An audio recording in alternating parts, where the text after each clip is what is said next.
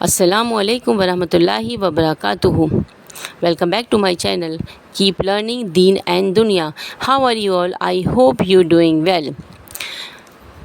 أعوذ باللہ من الشیطان الرجیم بسم اللہ الرحمن الرحیم رب زدنی علما رب اشرح لی صدری ویسر لی امری واحلل عقدۃ من لسانی یفقہوا قولی.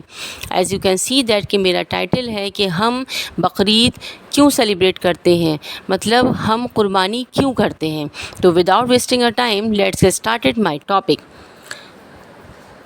آپ نے دیکھا ہوگا دنیا بھر میں مسلمان قربانی کرتے ہیں. ایسا کیوں ہوتا ہے؟ آج میں بتاتی ہوں اس کے پیچھے کی کہانی، وجہ کیا ہے.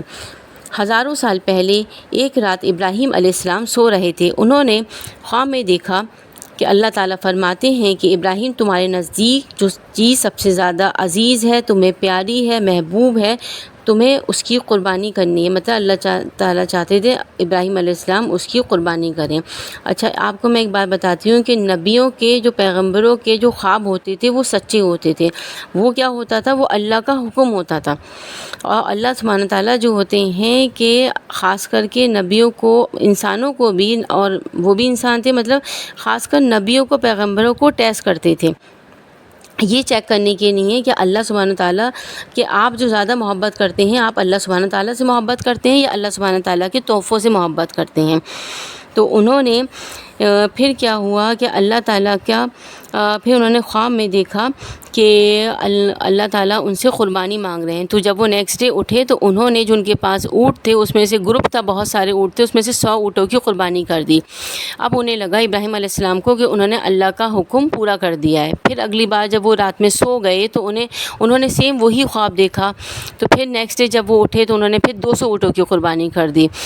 تو پھر اس کے بعد کیا ہوا، پھر تیسرے دن جب وہ سو گئے پھر وہی خواب انہوں نے دوبارہ سے دیکھا. اور جب وہ سو کر اٹھے تو وہ سوچنے لگے کہ اللہ تعالیٰ مجھ سے پتہ نہیں کس چیز کی قربانی چاہتے ہیں. جب وہ بہت سوچا تو انہوں نے سوچا کہ مجھے جو سب سے زیادہ چیز عزیز ہے، جس سے میں بہت زیادہ پیار کرتا ہوں، وہ میرا بیٹا اسماعیل علیہ السلام ہے.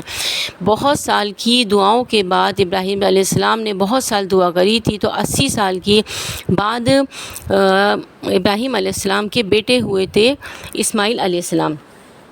اب ابراہیم علیہ السلام سمجھ گئے تھے کہ اللہ تعالیٰ ان سے ان کے بیٹے اسماعیل علیہ السلام کی قربانی چاہتے ہیں.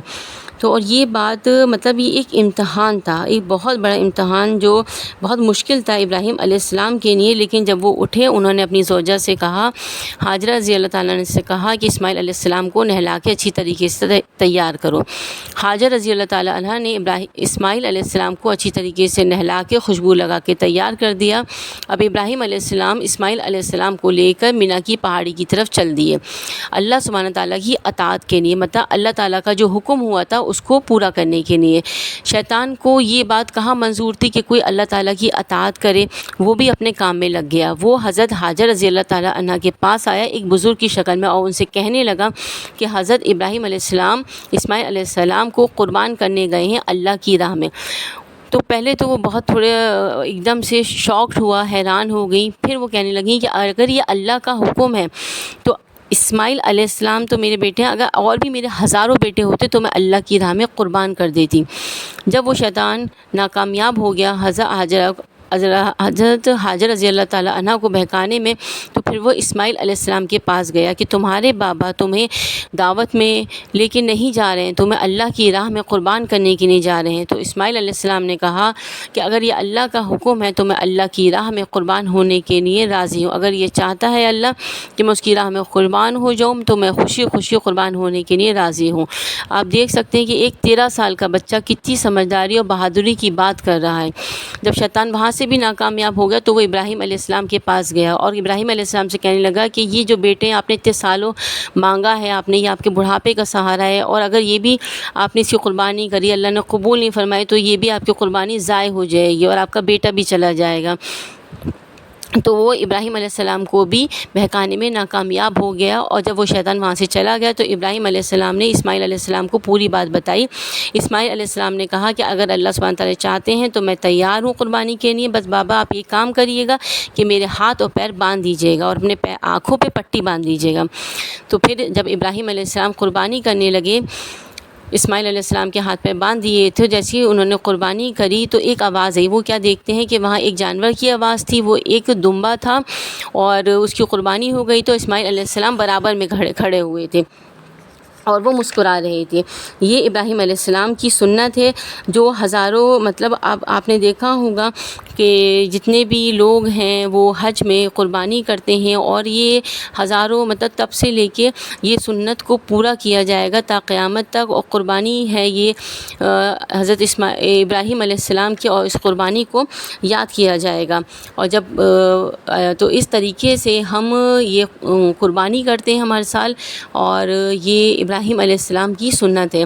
اچھا، جب بھی ہم قربانی کا جو بھی جانور حلال ہیں اس کا گوشت 3 حصوں میں ڈیوائیڈ کیا جاتا ہے. ایک تو غریب و مسکینوں کے لیے ہوتا ہے، دوسرا رشتہ داروں کے لیے ہوتا ہے، اور تیسرا ہم اپنے گھر میں رکھتے ہیں. اچھا، یہ گوشت جو ہوتا ہے اس کا غریب اور مسکین لوگ پورے سال انتظار کرتے ہیں، تو انہیں بھی دینا چاہیے، ان کا خیال رکھنا چاہیے. اور یہ 10 دنوں کی جو عبادت ہے اس کو اللہ سبحانہ تعالیٰ بہت پسند کرتے ہیں. تو ہمیں زیادہ سے زیادہ اللہ کی عبادت کرنی چاہیے، اور روزے رکھنا چاہیے، استغفار کرنا چاہیے، اور عید کے دن اور پورے 10 دن تکبیر پڑھنی چاہیے. اگر آپ کو میری یہ ویڈیو اچھی لگی ہے تو پہ سے لائک کریے، شیئر کریے، اور اگر آپ پہلی بار میرے چینل پہ آئے ہیں تو پہ سے سبسکرائب کریے، اور دعاؤں میں یاد رکھیے گا، اور کمنٹ ضرور کریے گا کہ آپ کو میری ویڈیو کیسی لگی.